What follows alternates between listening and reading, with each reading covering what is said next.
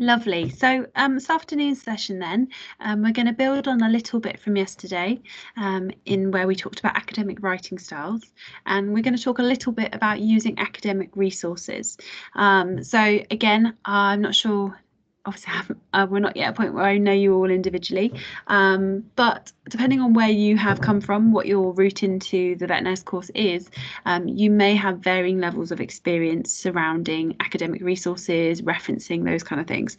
So what I thought would be really helpful, because it is such a big part of your academic writing at higher education, I thought we'd spend a bit of time talking about firstly why it's important, and we're going to touch a little bit on plagiarism. Now that's not to scare you, it's not to make you feel nervous or anxious at all.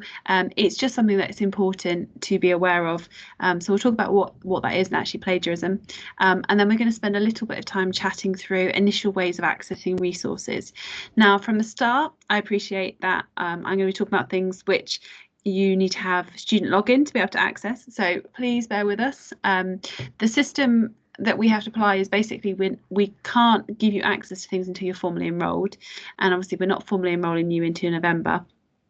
But again, I thought it'd be quite a good time to be able to chat through a few things. Some of them are things you can access without having student logins, but again, I will speak to our library team and see if there's anything we can do in the interim. So yes, sorry.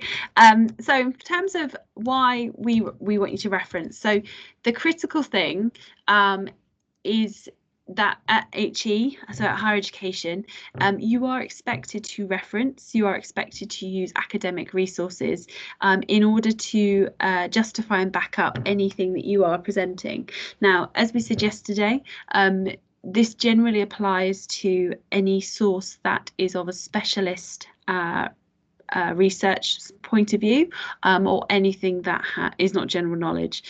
So initially, as we said yesterday, there's quite a remit of information that is general knowledge, but for the majority of the work that you're going to be presenting, because you are obviously on a higher education programme now, it is assumed that a lot of this information is not understood or known by the general public. So you need to be making reference to any statement you make in every piece of coursework that isn't general knowledge. And the reason for that is because as you enter academia, we all have what's known as intellectual rights to our ideas, our thoughts, our research. So it's really very much the done thing that if you refer to someone else, then you should accredit them in what you do. Now, what the challenge is for us as teachers and for you guys as students is often we encourage you to discuss and describe and analyze and evaluate and all these wonderful things, and actually in some respects that is generating your own thoughts, but equally you will have used something, or something will have informed you of the decision that you're planning, or the point that you've reached, really. So even if you are asked to do an evaluation, as I say, it is really, really important that you present an account, or you identify the source that's helped you. And this is where referencing comes in. So I realised we touched on it a little bit yesterday, chatted about how you can use in-text citations. But at this stage, one of the critical things is, unfortunately, if you do accredit someone else's work and don't make reference to it, then it's known as plagiarism. And at higher education, plagiarism is really serious, even if you didn't mean on doing it, and actually tends to result in the failing of an assignment. And now, that's not to put the heavies on just now, because actually what we can do is, with that in mind, there are lots of things that we can do to help you avoid plagiarism. And to be honest with you, you generally find it makes your writing style and the level of your writing much, much better, because what it will do is it encourages you to look at wider research. It encourages you to consider lots of different thoughts and lots of different approaches to research and things like that. So please don't be frightened that you're going to plagiarise. Most students don't have any problem at all. This is a very small proportion of students that actively plagiarise. And to be honest with you, if you are already aware of it, then you generally find that there are lots of things you do that mean you won't plagiarise. So definition wise, plagiarism is where you take someone else's work and you try and pass it off for your own, which, as I say, none of you are going to do. So therefore, it's not necessarily something you need to be worried or anxious about. It's just something just to make you aware. So hopefully this will work. What? Right, let me see if I can. I'm never really sure with the sound, so bear with me 1 second. How do I'm hoping, let's have a look. That one. There you go. Hopefully this will work now. So if you can tell me if it doesn't, that's probably the easiest thing. Whoop, that's not worked. That's not what I wanted it to do. Apologies for that. I'll try again. So let me share that again. Sorry, didn't mean to do that. It's always handy when you right, I need to click that button and click this button. See if this works. Sorry, I wasn't expecting that to do that. Oh no, try again. Apologies for this. We've got a rookie on the computer.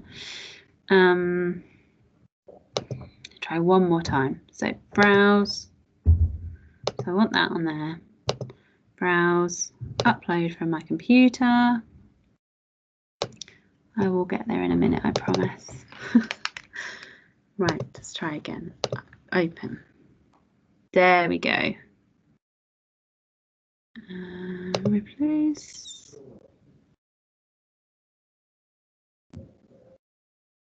Talk amongst yourselves for 2 seconds. Sorry.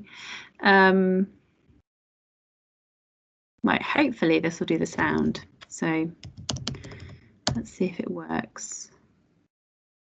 Someone can wave at me if you can't hear anything.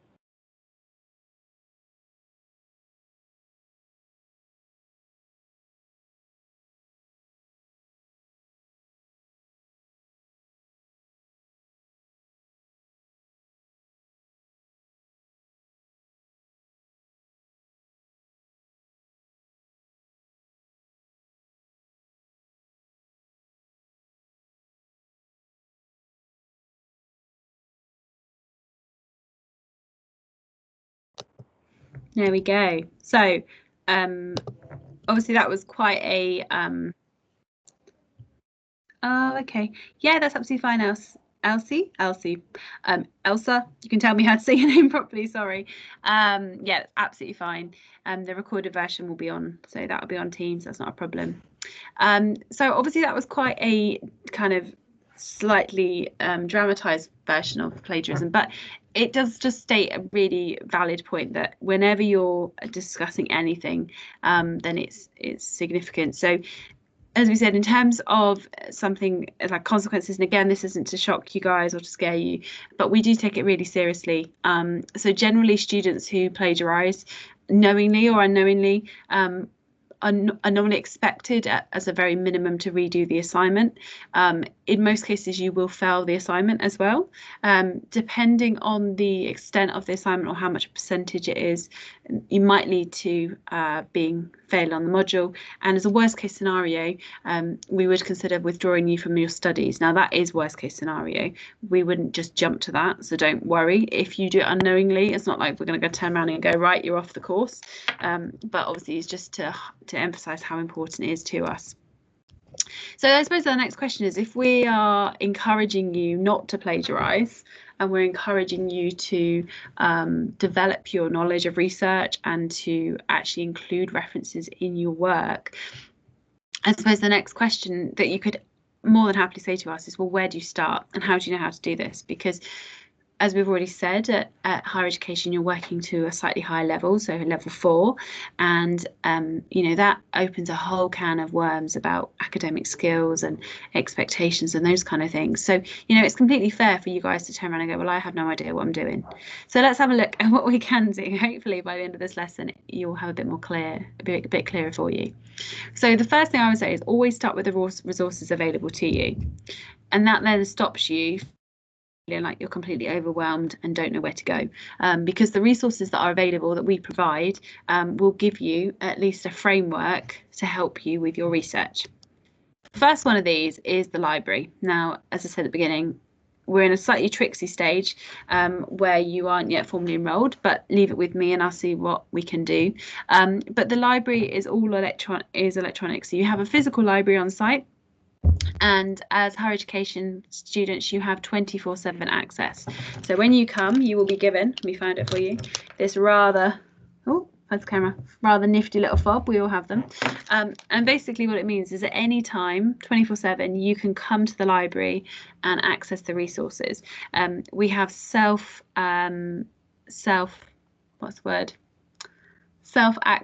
loan system as well, so you can come and you can take books out, you can take them home with you. They're all checked out by yourselves. Yeah, Katie, same at Harvard. So we use a slightly different system. So we use something called APA 7th edition. But yes, same principle, definitely. So as I say, you can come to the library 24/7. You can access the library online. So if you are at home, don't want to drive in, for example, you can look at the library catalogue online. And when you eventually get access, which hopefully won't be very long, obviously we're expecting you very soon, there's also a whole list of online journals that you can access and online databases. You also have access to a wide range of external sources as well, which I'm going to come on to. So that's the first place to start. So other things you have access to you. So the first thing, as the University Centre Sparshalt students, you have access to an Open Athens login account. So hopefully most of you have come across Open Athens before, but the idea of Open Athens is that it's basically a subscription process that as a university we are part of that gives you paid access to a wide range of references. Now we've obviously selected those. We've tried to give you a nice curated selection, but it means that wherever you are, if you're on campus and off campus, you can use your Open Athens and then you can access resources without having to pay for them. So that's really positive. But also, as a University Centre Sparshalt student, we are also affiliated with the University of Portsmouth. And the University of Portsmouth have a separate login, which is known as a Shibboleth login, which works on exactly the same premise. It's an online subscription access, but Portsmouth have a slightly wider range of references available to us. So what we will do is when you enroll, we will give you access to both of these logins. And what I would encourage you to do is to use them and complement each other. So you might find that there are some journals you can access through your Shibboleth login. It's not an easy word. And there are some references you can access through your Open Athens. And I would always use the two in conjunction with each other. I personally tend to find my Shibboleth login is the one I use the most, because I am researching topics that are based on obviously your curriculum. So I find that Portsmouth have got a nice range of biomedical resources, biology resources, those kind of things.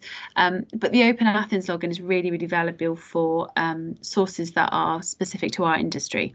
So we have a number of different journals and research papers that you can access.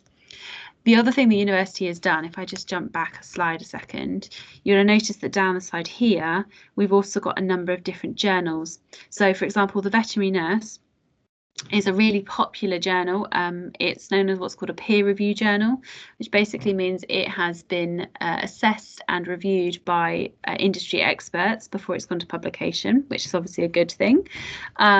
So we have paid for subscription for this. So that's another way to access journals. If there are specific journals that we know are beneficial, and there are lots of nurse ones. So In Practice is another. The Veterinary Record is probably not a surprise, but that's another one.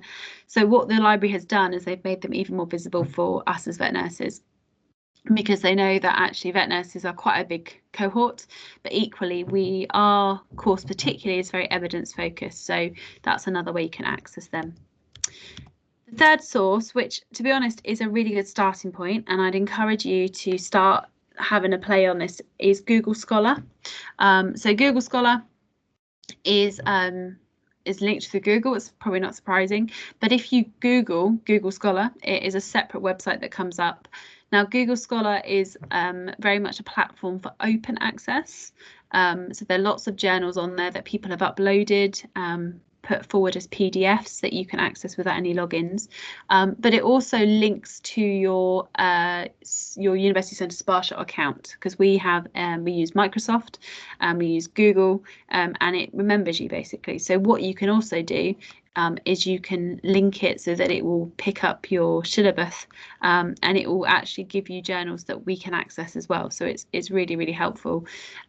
Google Scholar uses a number of wider databases as well. So again, you might have come across them before, things like Science Direct and Wiley, which again, depending on the journal, you have access through your Open Athens and your Shibboleth. So it's all linked together, and it all makes quite helpful. I personally find finding references at least quite straightforward. One thing that students do struggle with in the past, or I know I have in the past, is knowing what to search. So what we will do is we'll go through this in a little bit more detail together. But in the meantime, the library have put together an induction for you, which I've added to the Teams page, so our general Teams page, and it's as a tab at the top.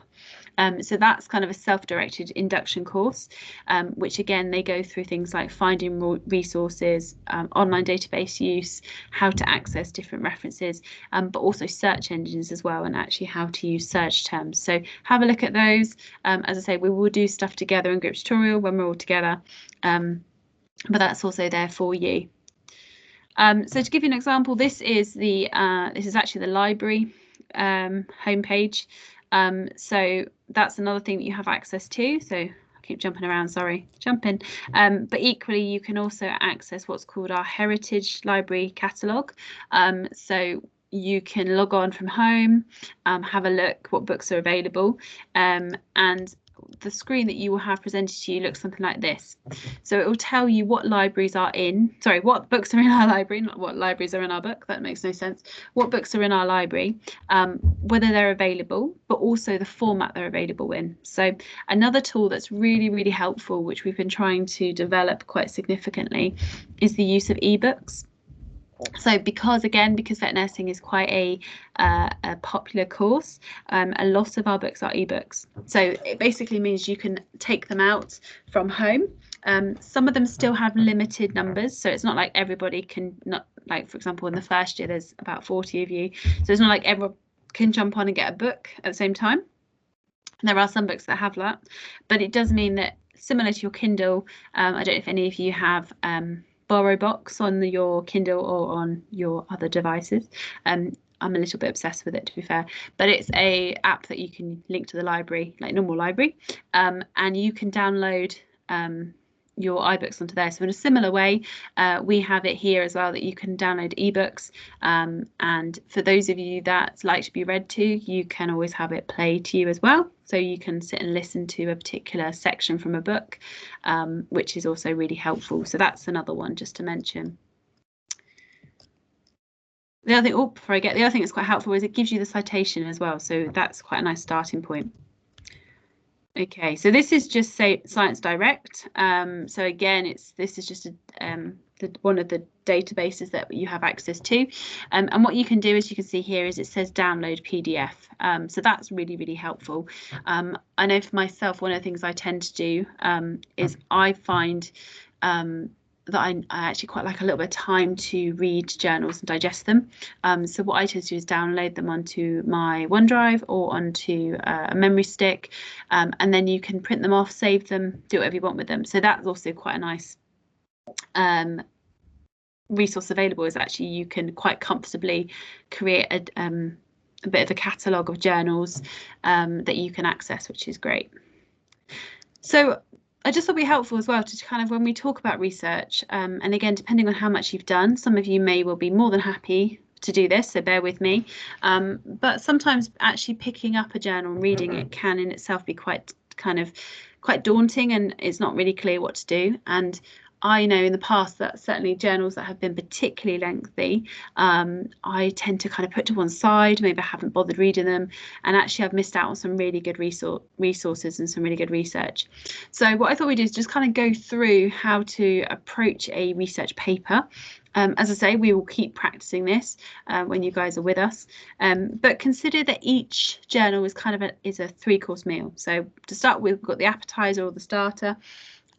And the first thing you want to do when you pick up a journal is to kind of look at these specific things to start with. So the first thing is your title. So title is really helpful because it will tell you if it is original research or known as empirical research, which is where someone has gone and collected data and they've actually calculated and done data on that specific result, or whether it's a literature review of other people's research. Now, I personally really like literature reviews.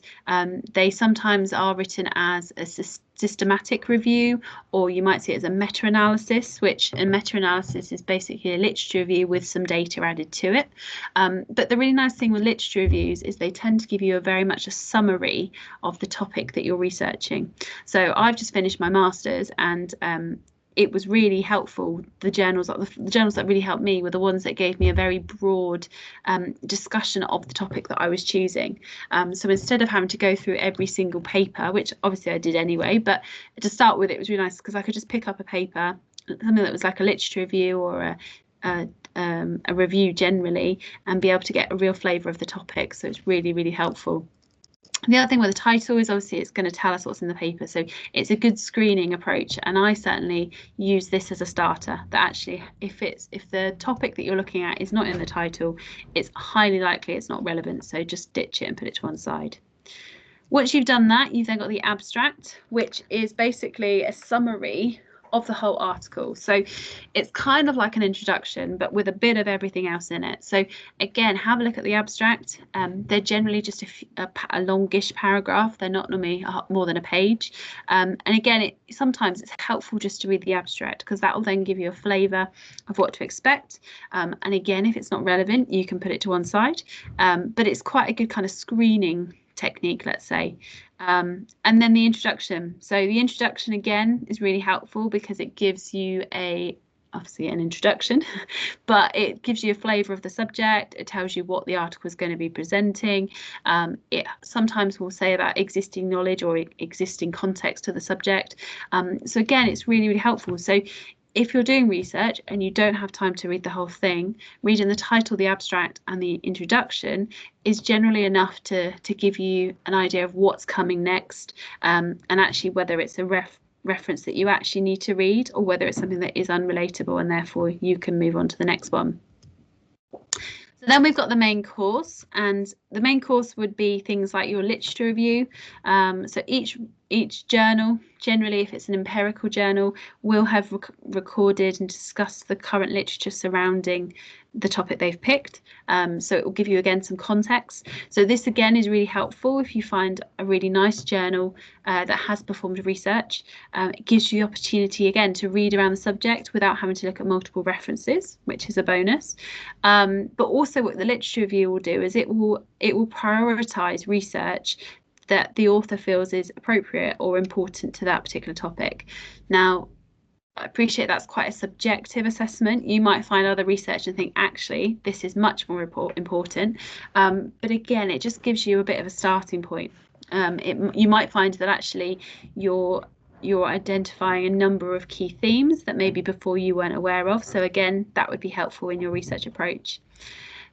The methods and data is if the author has actually done research. So it will pull out what the methods were, what results were found.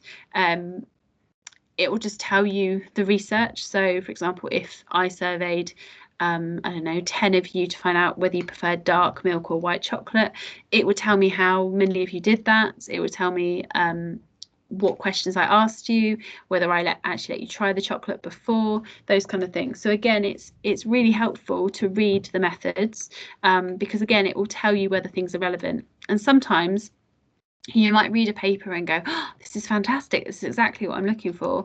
And actually, when you read the methods, you realise that they're talking about a different species, or they're talking about a completely different situation. And actually the reference, or sorry, the content isn't actually that relatable to what you're doing.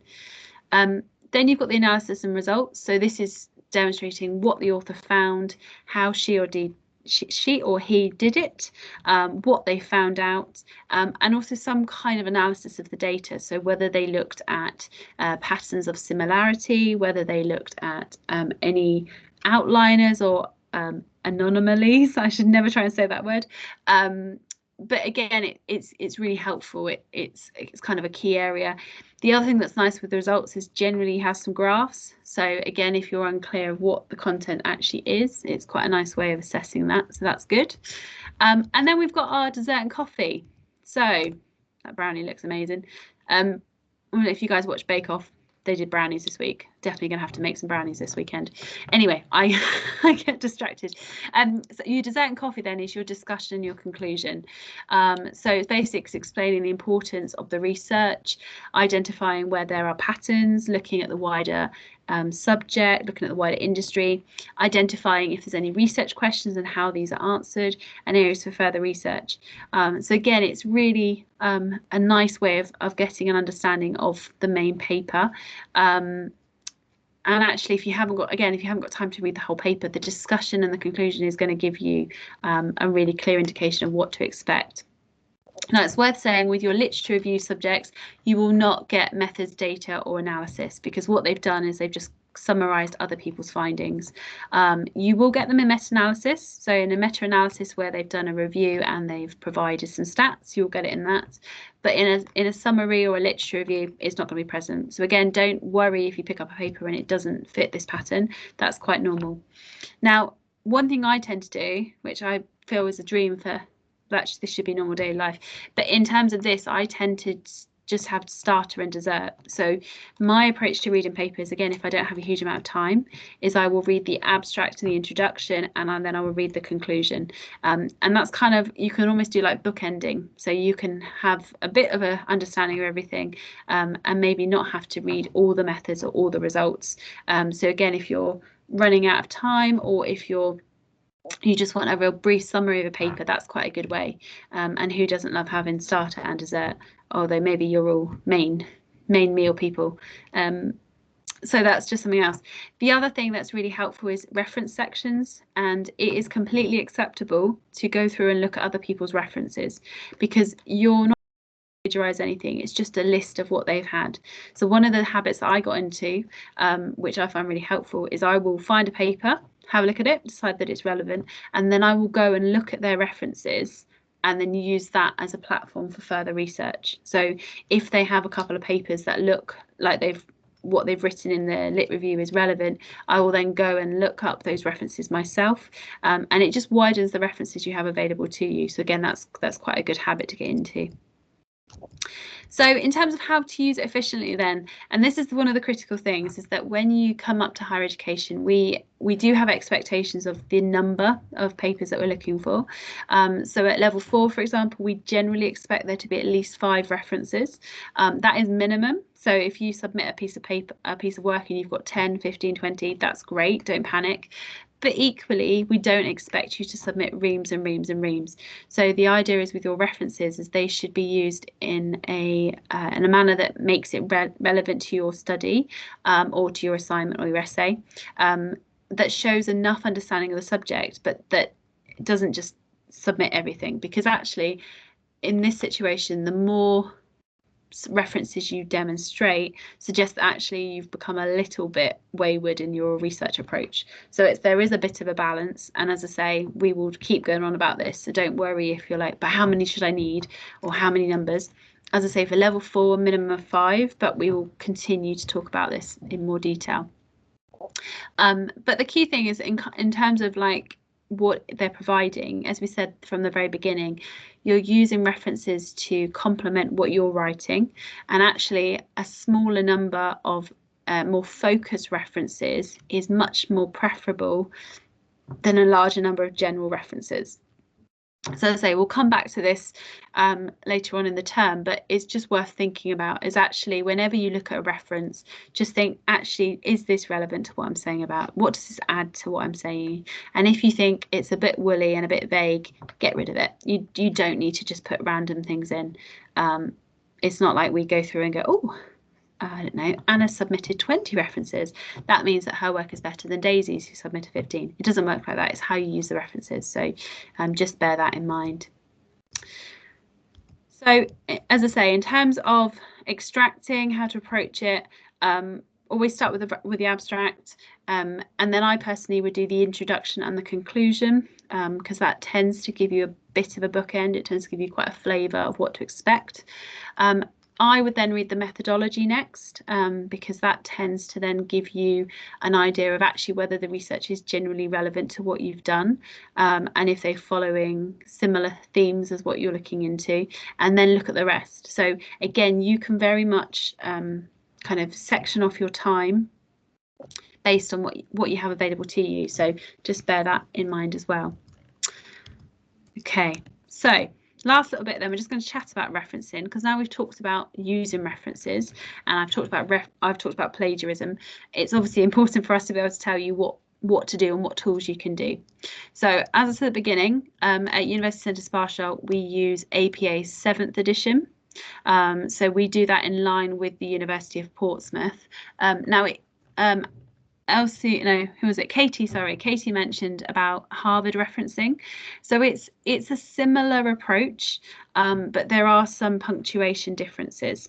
And actually, it's one of those things that I think I used Harvard for my university, my initial first degree. And then coming here, we use APA 7th edition. And for my master's, I used Harvard. So they're all very subtly different, which means it can be quite confusing. So one of the best things, and this is kind of my go home message for today, is one of the best things to do is to get a really good referencing resource that you can use as a guide. Now, fortunately for you guys, the University of Portsmouth has published one of these. So this is their website, which is available at this address. It's free access and you don't have to use a student login or anything. So you can just, it's in public domain, you can just access it. But what it does, which is really nice, as you can see on the screen, you've got your green box in the middle, and you basically select your sources. So let's say I've got a book, so I can, and we can do this live another day to show you, but you click down and select book, and then you click, the style would be APA 7th edition, and then you, on the media, it's things like, is it a textbook, is it a paperback, is it an online book, is it an ebook? And you basically just select the options, and then it will do is it generates it, and it will then tell you how to cite it and what information is required. So that's really, really helpful. And actually, if you follow the formatting on the website, you can't get it wrong. So it's brilliant.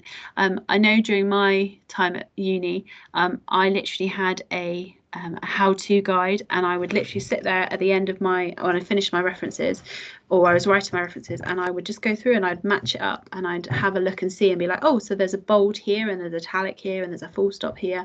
And you might not always need to do that, and I would hope that at some stage you will get so used to doing referencing that it will become second nature.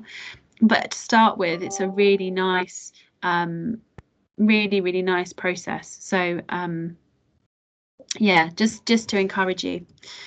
The other thing that we have, which it sounds a bit silly, but is actually really helpful, is actually our plagiarism checker.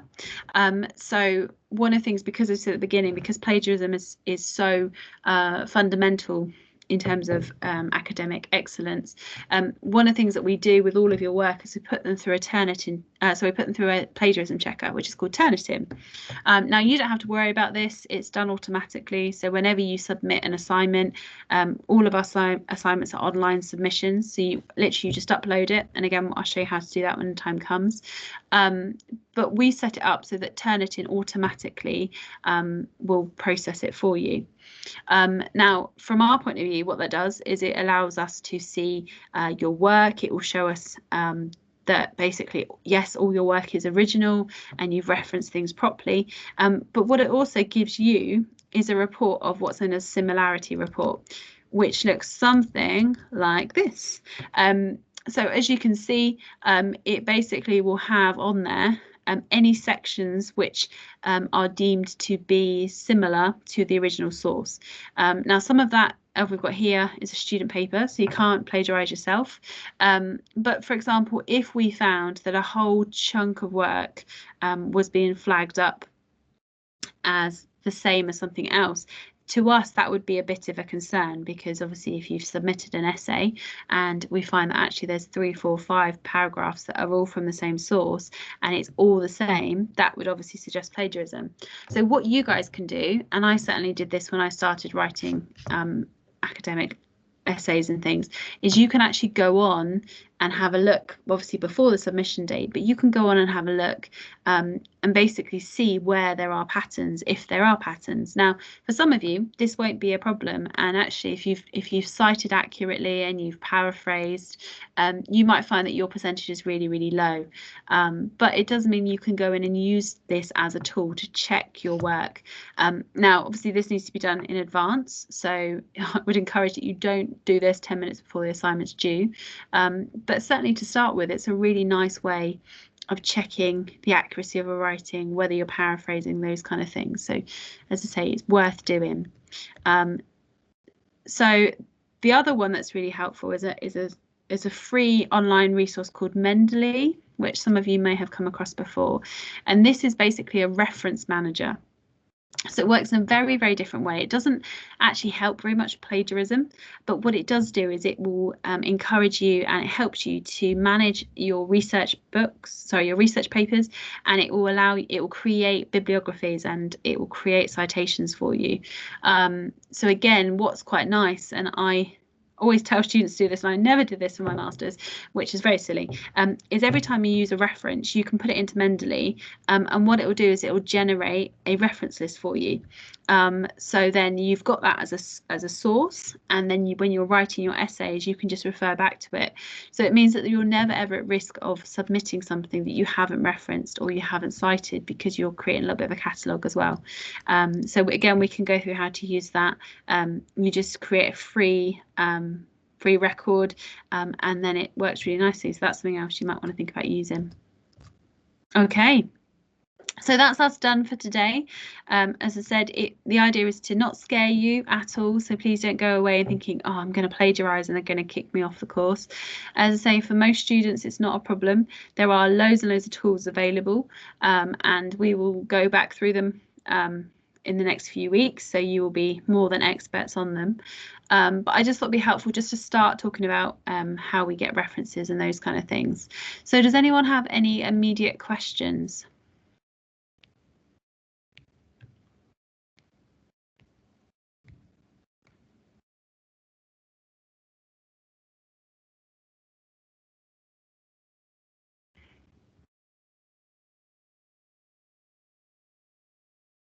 No? Okay, well, as always, if you have got any questions, if you're feeling a little bit nervous and don't want to necessarily post them on here, feel free to get in contact with me. So as I said yesterday, my email is jo.bond@sparshalt.ac.uk. More than happy to chat as well. So if any of you would like to talk to me in a bit more detail or want to talk to me face to face, let me know. We can always arrange a Teams individual tutorial. So next week we're having a slightly different structure, so it'll still be Mondays, Wednesdays and Thursdays, but next week I'm handing the reins over to the rest of the teaching team, so you won't just have to see my face, you lucky things. So what I will do tomorrow is send out a schedule of those sessions, and with an estimate of times when resources will be available. I am conscious, obviously I'm aware you guys have got a Facebook group, and I'm conscious that there are still some people that are worried about not being able to access resources. If you do speak to anybody, can you just let them know? I've sent lots of emails, so hopefully they know themselves, but just in case, if you can let people know that I am desperately trying to make resources available. It's taking a little bit of time. Microsoft is not playing games at the moment, or playing the game it should be at the moment. So we are trying to make things more accessible for people that can't access them.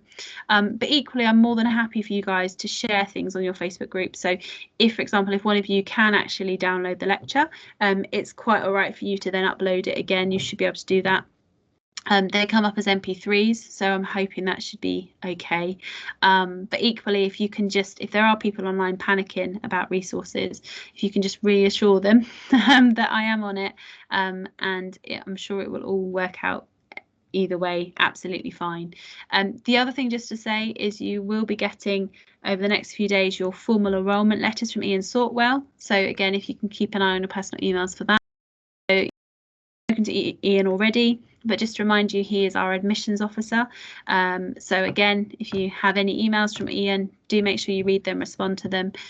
Otherwise, I will see you all next week. So as I say, I'll send the schedule out tomorrow of what's the plan for next week. But in the meantime, any questions, any problems, feel free to contact me. Otherwise, I hope you all have a lovely weekend. It's been really nice spending a bit of time with you this week, and I will make contact tomorrow, but otherwise I'll see you next week as well, and I hope you have a lovely rest and a weekend. Okay, take care. Bye.